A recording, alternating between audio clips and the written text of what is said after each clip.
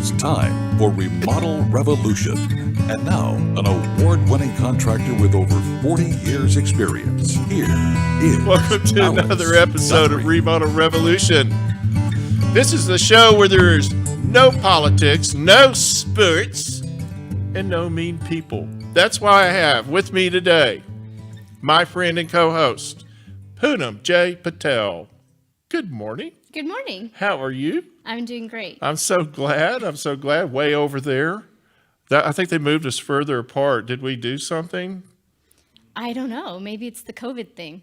COVID. Oh, the COVID thing. Okay. I don't know.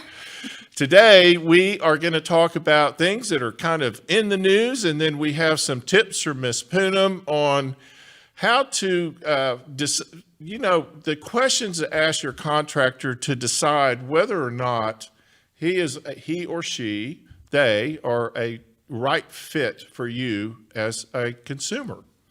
Not everybody shops with the same. So some people will shop with pricing in mind only. Some people shop with quality in mind. And then sometimes you get into the middle of the project and you're 3 or 4 months down the road and you go, ooh, I think I made a mistake, and that can happen. And so we're going to talk about maybe some questions that'll help you avoid that. What else are we going to talk about? We're going to talk about some of the common pain spots for clients, the emotional roller coaster timeline for clients from start to finish during a renovation. So, not everything is always 100% smooth. Renovations are very complicated. And so just wanted to give a snapshot projection of what the critical spots are where clients tend to get very anxious and nervous. And so I want to point those out. And then there's the happy moments. Oh yeah. It's emotional roller coaster. That's Sometimes right. clients are kissing in front of me, and sometimes they're arguing in front of me. Yeah. And so, Sometimes you have to leave the neighborhood. Also, first today we're going to talk about 2021 trends. Now, I can't believe it. 2021 trends. It's already the end of the year. Wow. It's unbelievable. Unbelievable. And we're coming out of this pandemic. Well, I don't know if we're coming out of it. I shouldn't say that. Yeah, That's no. probably, we don't know if we're coming out of it. We know that it hasn't gone away. That's all that really matters at this point. But the word that I'm getting is that at least in our part of North Texas, the remodeling industry is at pre-pandemic levels at this point. We are busy. I'm getting 3 or 4 emails a day asking me if I'm interested in looking at jobs. No. No, I'm kidding. And everybody's starting to get really busy. I think the material costs, which have been a driving factor in slowing business down, the material costs are starting to level off a little bit. It's still high, but it's getting a little bit better. However, we still have, and will continue to have for some time, a major labor shortage. And it's affecting a lot of different industries and trades. But we do have trends. So we're going to talk trends. How's that? sounds good. Have you even started looking at trends yet? I have not, but I've been seeing a lot of notifications about the color of the year. Yeah. So Jason's going to put our little chart up here, and we'll start looking at it because we kind of have to have a visual. He's not either. Okay, so we're going to. I have a website. Yeah, that was it. Okay. Yeah, the little website. There it is. Okay, thank you. I said chart. I meant website. Okay. Sometimes we have to tell Jason to do things twice, right? So one of the things that I've complained about, Poonam, as you know, for quite some time is how bored I have been in the last few years with this transitional type architecture or design. And mostly because I don't like the colors are so bland. I think that you could do a lot more with these spaces if you would introduce, just like Now, if you're watching this on YouTube Live or Facebook, or if you're watching a rerun of this, the kitchen that we're showing right now is really sort of a transitional kitchen in some ways, but it's got a lot of natural wood. So the transitional, as I understand it, and you're a designer, so you know a lot more about it than I do, but it seems like what we've seen are these sort of bland, neutral colors, hard surfaces, and flat surfaces, like a modern look or a contemporary look. And that's fine. But after a while, you're like, how many white countertops do I need to look at? And when you're spending all this money in these kitchens, you want a design that's got some fun to it or some interest to it, right?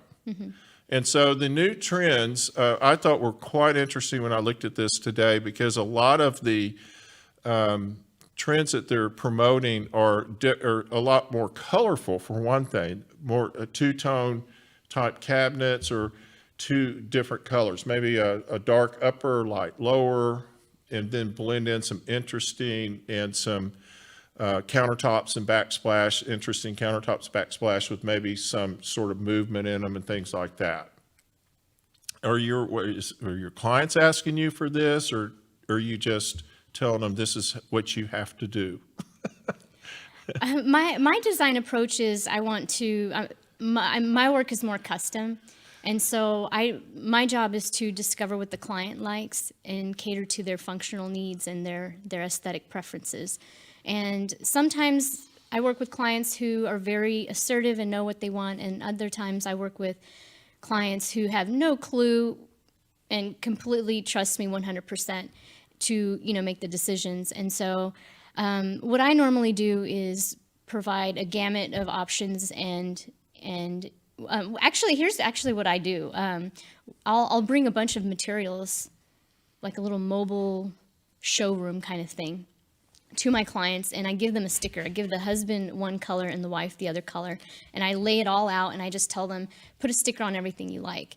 And from there, you get to narrow it down and understand what they like. And so from there, I take that and, only look at what fits in their budget, and then again narrow it down some more, and then that's where my creativity and my expertise comes into play. Do you ever find them cheating? I mean, does the husband? Do you ever look over there and see him peeling the wife's sticker off something? And No, it's actually they love it. It's so interactive, and I can see some trouble brewing there, man. It could get sticky. Actually, I think it's a great idea, though. It's a great approach. Yeah. And you could put one in each room, or you could let one go through and put stickers on, and then you go through and you say, okay, now you leave the room, so you all don't argue, and you put the stickers on. It's you have a point. Like when they're not looking, I'll be like, peel the sticker off. Like, we're not using that one. Not doing that. They're price checking. The husband's price checking. No stickers here, man. Well, one of the fun parts of transitional. If I say traditional in front of a designer, I usually have to duck because they don't like that anymore. But transitional, one of the fun things is, I complain about all of the flat surfaces and all of, there just doesn't seem to be. And I'm a guy that grew up with a traditional, our whole thing was take the traditional model and make it really spectacular. But that was like using ornate woods. That was using stains and faux finishes and things that just, you took what was normal and you just made it really different, from that perspective. Now it's the materials and surfaces we use. And the interesting thing to me is that with COVID in particular, but I think it started before that. I think it started with all kinds of things going on globally. We started having a lot more limitations to our access to a lot of the materials that we had. So when I grew up in this business, I could get exotic woods. I could get mahogany and cherry and all of these beautiful exotic woods at the lumber yard. I didn't I didn't even have to go anywhere special for it. Well, now it's not rare. It's rare. It's yeah. rare. Yeah. And so you have to take what you've got and make it a lot more interesting. That includes the appliances, and that includes things like making the kitchen a smart kitchen, maybe. Maybe in a bathroom using towel warmers, for instance. People are getting into things like towel warmers and the electronic or the smart seats on the toilet. I have one of those. I don't want to be outsmarted by my toilet. I just have this fundamental basic problem with that. You're missing out. Well, no. I mean, I You're like missing out. I know. I looked at one when they first came out, and they had a little keypad that went on the wall, and it had little stick men on it, and you would do it, sitting, standing, whatever, walking away, whatever it was you wanted it to do, squirting water up on you. Yeah, don't get me started on So that. I thought it was perfect because it was made for a man. It had little stick people, so you could just like punch the little stick person. And then I saw one you actually had to read, and I went, "That's not fair. That's not fair. You can't ask a guy to go in and read how to use the toilet. That's no." And then I saw one that had a light in it. A light. Think about that. Guys get up in the middle of the night. They've been watching football. They've been maybe drinking a little too much beer, and the toilet's glowing. No, I'm not into that. Teach their own. You've just taken me somewhere I don't want to go. Okay, so. But I love technology. Yeah, I mean, with trends, for me, it just depends on what the client's preferences are. Some clients are all about the techie stuff. Some clients are all about the colors and how it looks, and others are all about the spatial layout. So there's many different ways you can dissect a space and enhance it.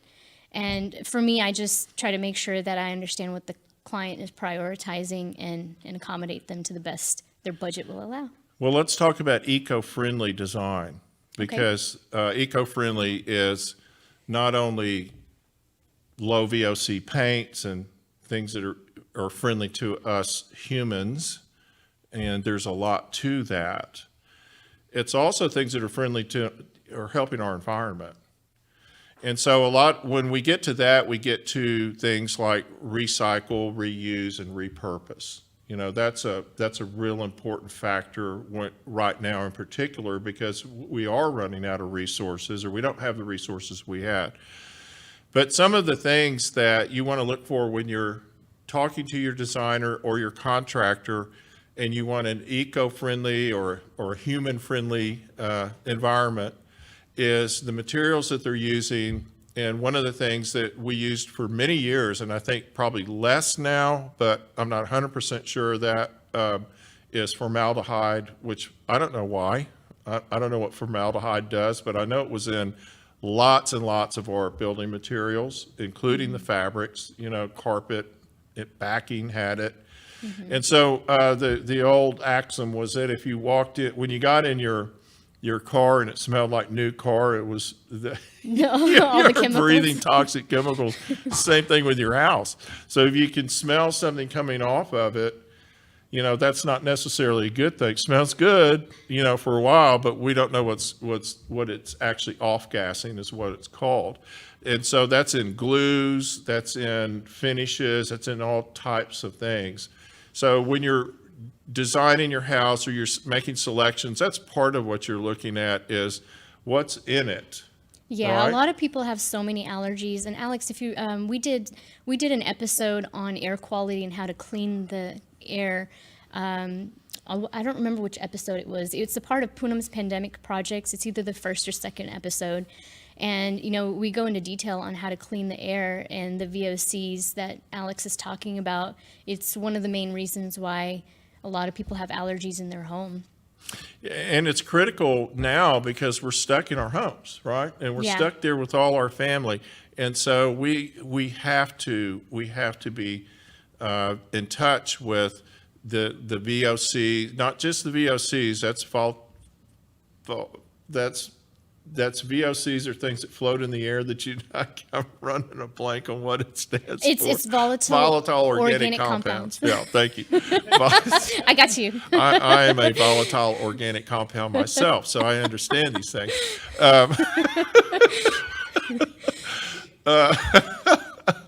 And so when we've got all of our kids there, and we've got, who knows, and pets, we've got all these things running around the house, and we're all living there together now. I mean, we're there all day together. Keep the air clean. And then if you're going to remodel, make sure that when you're changing materials, that you're using materials that aren't off-gassing something that you don't want everybody breathing. Okay, we're going to take a quick break. When we come back, we're going to talk about how do you select a contractor that is a good fit for you as a homeowner. We'll be right back. The hardest working and arguably most important system in our homes is our air conditioning and heating system. It heats the air, it cools the air, and it filters the air. That's why it's so critical to have it checked and maintained by the very best professionals available. It's time to contact Total Air and Heat at totalair.com. Get that system pruned and tuned. If you want to have the very best experience, you've got to hire the very best company. Total Air's employees are honest, well-trained, and thoroughly background checked. I never have to worry about sending their technicians out to my clients' homes. Family owned and operated for 3 generations, Total Air and Heat has been a fixture in North Dallas for over 60 years. Total Air is a proud dealer of the Trane air conditioning systems, and you know how hard it is to stop a Trane, so give them a call at 972-881-0020. That's 972-881-0020, or contact them at totalair.com today. Welcome back. Poonam sent me a little note the other day. She said, we really need to talk about how to figure out if a contractor is the right contractor for the homeowner. Because, we all have our way of shopping. And when you're deciding on a contractor, just like a designer, you're basically shopping, right? I mean, quite frankly, folks, I'm nothing but a compound. That's what I am. I'm a compound of clothes and skin. And so when you're hiring VOCs. me and VOCs, I'm a VOC for sure. And and so when you're shopping to get a contractor for your house, you have to first, what are your priorities? Yeah, so I am so picky about who I get very, I guess I can say not possessive. I get very concerned about who the client is going to choose as their contractor. And so I try to help out as much as I can, because it's kind of like dating someone for 6 months, 1 year, 2 years. Or worse. Or worse. Yeah, you're paying them money.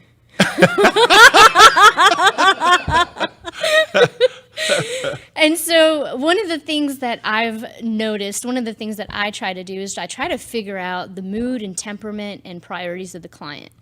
Some clients are like, you know what, I'm way too busy. I'm working all the time. I'm paying you guys to handle this, take care of it. Just keep me updated, right? So there's clients that are hands off.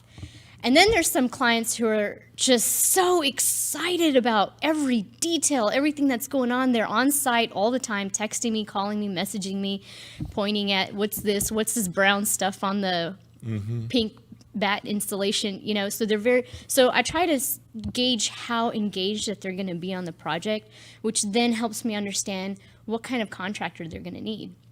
On the contractor side of things, there's so many different kinds of contractors. There's some contractors who are just like, dude, I'm just going to rip everything out and replace it, and I'm going to be done, right? And they don't want very much interruption in their workflow from the designer or the client. They just want to do their job. And then on the other hand, there's some contractors who are very detail-oriented, who communicate really, really well and are okay with giving the client the level of detail and attention that they want. And so that's one of the main things that I look for when I'm trying to play matchmaker. What's your favorite? What's your favorite? Well, Do you have a favorite? Well, I wouldn't say it's a favorite. You're matching. It's like the dating game. Yeah, I'm like the matchmaker. It's really hard. It's a really hard thing to do because, also going back to contractors, we typically try to group their skill sets into three categories of, being able to meet the schedule and complete the project in a timely manner. And then the second kind of pillar is the quality of craftsmanship and their attention to detail. And then the budget. So how efficiently is their team and how efficiently and cost effectively can they get the job done. And so if you look at those three tiers, I typically like to let the clients know you can only pick 2 out of 3 because this is not a perfect world. People are not perfect and can't give you everything that you need. So I ask clients to pick their top 2 priorities from cost, quality, and budget. And once they tell me that, I'll try to go through my Rolodex of contractors that I've worked with and see what their strengths are and then try to play matchmaker that way. So do you ever have clients, now I've had this and I'm sure you've had them too, clients that say, I don't really need your best, I don't want to pay for the best. I want to pay for midline. I want the mid price. And I go, well, I don't have a mid price because as a contractor, you're hiring me for what I do, right? What brings me to the table, what brought me to your house is you want the quality or you want something that I offer that you like. And I'm hoping it's the quality of the work and all that stuff because quality and cost there's a direct correlation between quality and cost, right? Most of the time, yes. So you can't go get the lowest quality or the lowest cost, and you can't get the cheapest faucet and expect it to perform like the most expensive faucet. Yeah, I mean, I'm very straightforward with clients. If I tell them, look, if budget is your priority, then you can just shop and filter or sort, online when you're shopping. You can sort it from lowest to highest price, and then you have your answer, you have your selection. You don't need me. And then I specialize in more custom luxury clients who have very specific interests and tastes. And so just the niche that I'm in doesn't really allow me to serve those kinds clients with the lesser budget. Well, that's important, and that's really what this discussion really would center around, is that there's some people that are just super high quality, super high end, I should say. So there's a high end that's going to cost more money. I mean, they bring more to the table than their good looks. I mean, I bring that, but I also bring experience. But my subs are going to be more expensive because they're a higher quality sub. My tradespeople are a little bit higher quality because I demand that of them as the contractor. And so when you're trying to make this decision on what is going to be the best fit for you on your remodel, Poonam's absolutely right. You have to sort of go through a process of what are your priorities and then try and match that person. Now, part of it is referrals and talking to the people they've worked for, right? And so you want to compare, if I'm doing a traditional house, I know you all hate that word. You designers hate that word. I'm kidding. So if I'm doing a log cabin, but I may not want to hire a builder that just does contemporary houses. Absolutely, yeah. I just did that webinar on Saturday. It was. Oh, how'd that go? It went really well. Yeah. It is hard. Jason, I have so much appreciation for you because I tried to do all that switching screen and technical stuff myself, and somebody in the audience of my webinar had to tell me, hey, your screen is not showing. So I mean there were some technical glitches, but thank God for post-production. So I'm fixing it, and then I'll have it uploaded. But basically, exactly what you said, to make sure that it's a good fit between the client and contractor, and just making sure that we're. Well, you don't want to get we all have expectations. So, as everything with life, we have to have a balance. And so you've got to have your expectations, and don't put the contractor in the position of trying to meet your needs.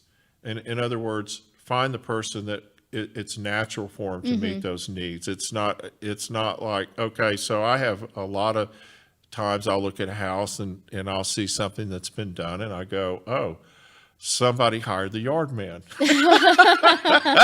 And they did, and you look at it, you go, oh yeah, the yard man fixed that.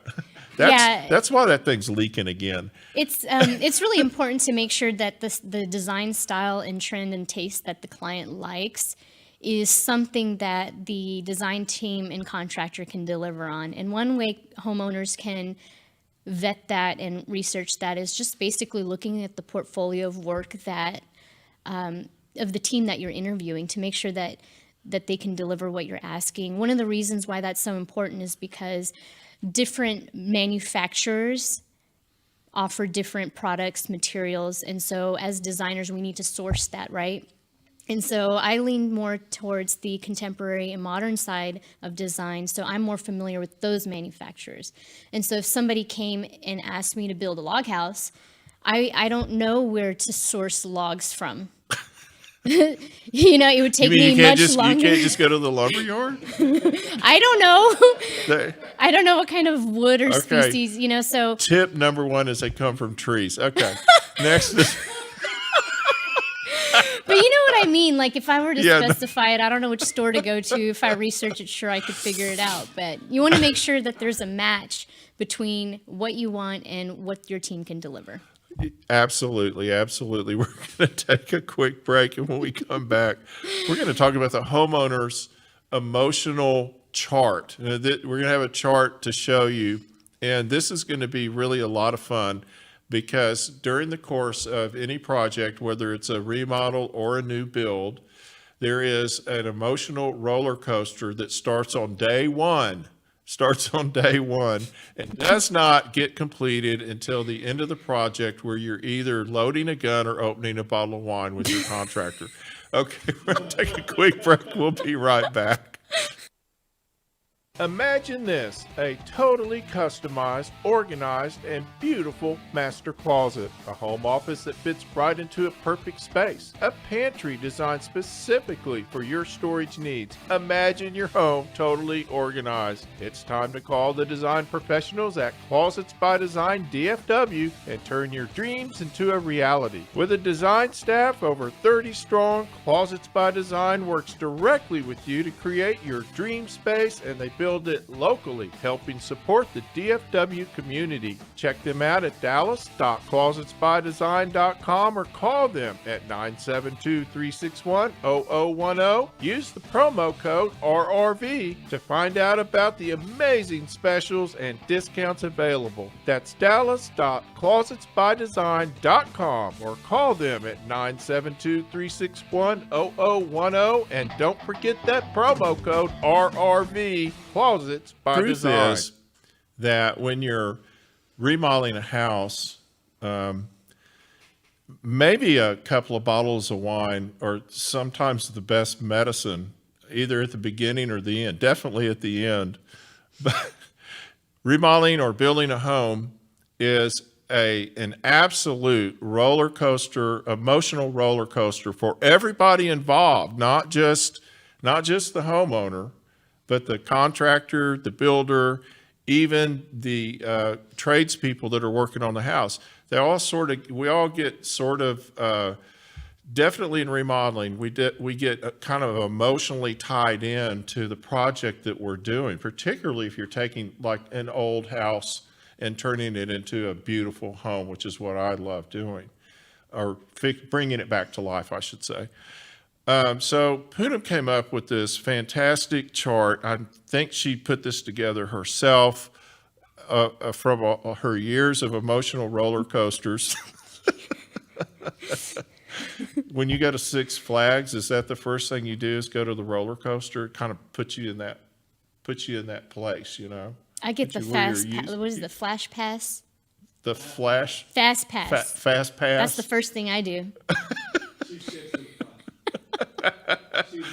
She skips to the front because no one sees her sneaking up there. Yeah. So anyway, so take it away. Yeah. So whenever I engage with the new client, I always just to try to set the tone up front. I'm not trying to beat around the bush or make it seem like everything's hunky-dory. I just give them a little dose of reality. And for me, that is, it's going to be turbulent. Going through a renovation, I tell them, is just like taking a flight. You don't know how much turbulence there's going to be, and you don't know for how long. But I promise you, once we land, once we finish the project, it'll be amazing. So it's all about the landing. So landing could be rough sometimes. But so far you've actually landed from all your flights. That's what I've always landed. I've never crashed. It's always the punch list. It's always like, when are these things going to get checked off? And I'm like, and like the subcontractors start to phase out, and they get preoccupied with other new projects, and it's hard to get them to come back. And it's like, please, here's a 6-pack, please. Come back. So at the very beginning of the project, everybody is in a great mood. Yes. We got past the hard part. We got off the floor after you gave us the price. My husband, I finally got him to come out of the laundry room after he saw the cost. Yeah, the husbands are usually. I actually had a lady. I gave them a price, and it was something they had to do to their house, and she literally ran into the laundry room and closed the door and started crying. And I was shocked. I'm sitting here with her and her husband, and she gets up and boom, and I said, "Where is she?" She's just crying in the laundry room.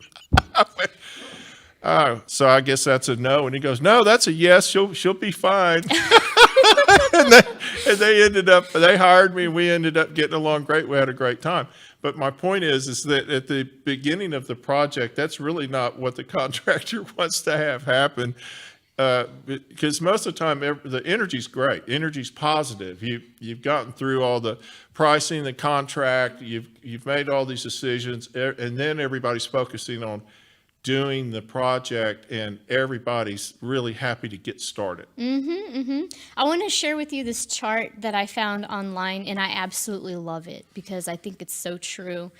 In the beginning of the phase of the it's just fun. You're thinking about what you want and what you like and what it could look like. You're dreaming, you're creating, and thinking of all the possibilities. And you're doing all the fun stuff, like I had mentioned earlier, picking out the materials and really beginning to see things come together. Getting engaged. Yes. Yeah. And clients are holding hands, and they're kissing, and they're like, ooh, la, la. And they still like you. Yeah, and they still love me, right? And they even like their contractor at that point. And then what happens is I tell them, okay, well, it sounds like we've made some decisions, and we need to start, getting serious and narrowing things down, because I need to do construction documents. I need to do, finalize things, which means decisions need to be made. I need the client to feel 100% confident about their decisions, so we can begin creating the floor plans and make progress so that the contractor knows what to do. So usually when I get them to sign off on the design, there's like some butterflies, like, are we making the right decision? They're, checking themselves. That's when they have to. That's when they have to put all their trust in you as their designer, and me as their contractor. And that's you're anytime any of us, it's our nature, or we're kind of giving ourselves over to these people that you have to. It's almost like going to the hospital, and you're like, okay, you got to take care of me because there's nothing I can do. And it's sort of that same mentality where you're having to sort of give that trust over to the designer and the contractor. Yeah, and it depends on the client's personality too. Sometimes they're very trusting, and they're like, you're the expert, you know what you're doing, take it over. And then sometimes some clients are just, like I said, there every day. So the mood level at the very beginning, at the design phase, is 100. Yeah, can we show the chart, the image? I don't know. Do we have the image? We don't have the image? Okay. From a scale of 0 to 100, 100 being happy, 100 is where everybody's happy. We're at 100 right at the beginning, right? That's our best point. I've never been over 100. I've never had one of these go, wow, I'm 110 happy. I've had clients who've been more than 100% happy. Really? Yeah, they Good give for me you. gifts, Oh, yeah. spices. One of my clients had a winery, and I would get crates of wine. That was so good. Get out of here. Yeah. Really? Yeah. And then I had when I was doing my TEDx talk, I was at the job site. My client was there, but I had a meeting with my mentor, my coach for the TEDx. And my client comes running behind me, interrupts my FaceTime call, and she's like, "She's amazing. She's so cool, worth every penny." So, I mean, I love when that happens. But when the budget and numbers come in, ooh, it gets really quiet. We're down at 25. Yeah, we're down. When the client's mood has plummeted, that's when I start buying my clients gifts. Yeah, we get down to 25 on the scale of 100 when they figure out what it's going to cost. Yeah. That's kind of almost the lowest point of mood in a Yeah. project. I mean, you go from super high to oh man, what, because they're all nervous when they're talking to me. They're like, we need a number because we're telling you we want all this stuff. We don't have a clue what it's going to cost. That's 25. So then you get into the actual the part of the project where you're actually doing the project. So you're in the demolition and you're making changes and you've got this nice level. You're at almost 100. Everybody's seeing Progress. one of the things that all of my clients want to see is progress. Right. They've I made agree the with you. commitment monetarily. They've made the commitment emotionally. And they're like, I want to see something get done. Yes, Right. and demolition is one of the quickest things that happens because it's quick. You can visually see the transformation of the space, and clients are very happy during demolition. But after demolition, Well, it gets and kind of now, quiet. and then there's some other factors. Are they living in the house? Or are they not? Things like that. So if they're living in the house after demolition, I think it probably doesn't show it on this chart, but I think it plummets again because the dust arrives and there's nothing we can do about it. Okay. So you sort of get to this plane of your mood's still pretty good. And then you get the windows in the house and then all of a sudden people are inside the house finishing things. They're about to insulate and sheetrock. And all of a sudden things start slowing down. You're doing the plumbing rough. You're doing the electrical. You're doing the HVAC, insulation, all this stuff. And all of a sudden you are not seeing the amazing amount of progress that you saw originally. And so things start everybody's started getting really intense because you're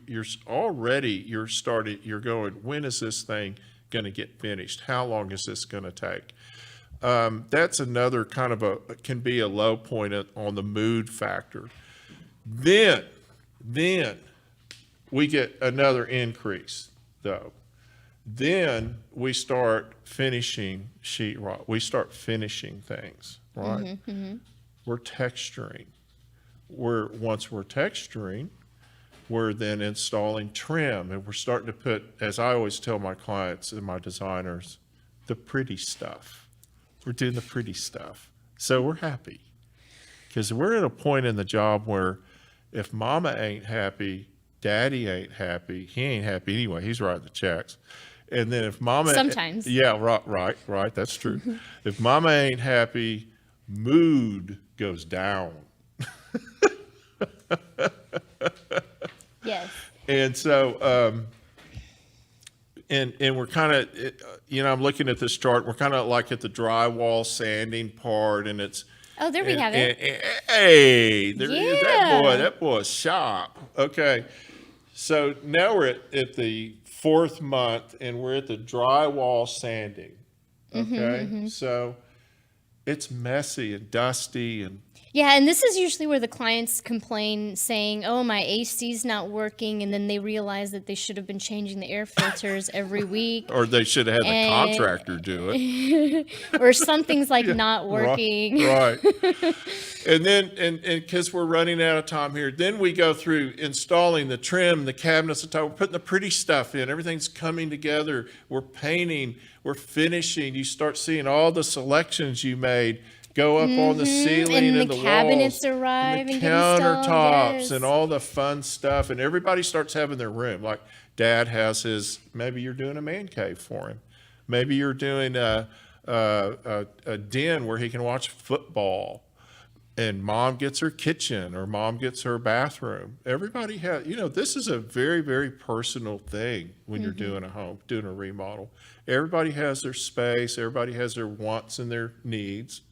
And so when we start putting all that together, mood goes back up. And then we're going to put the chart up one more time real quick. And we're going to show you what happens at the very end.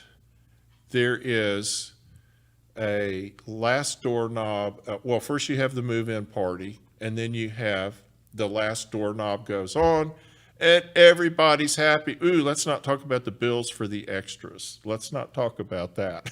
I don't want to kill the mood. Yeah, it dips a little bit, especially if they're change orders. Right. But now this chart is showing a 6 month project, 7 month project actually.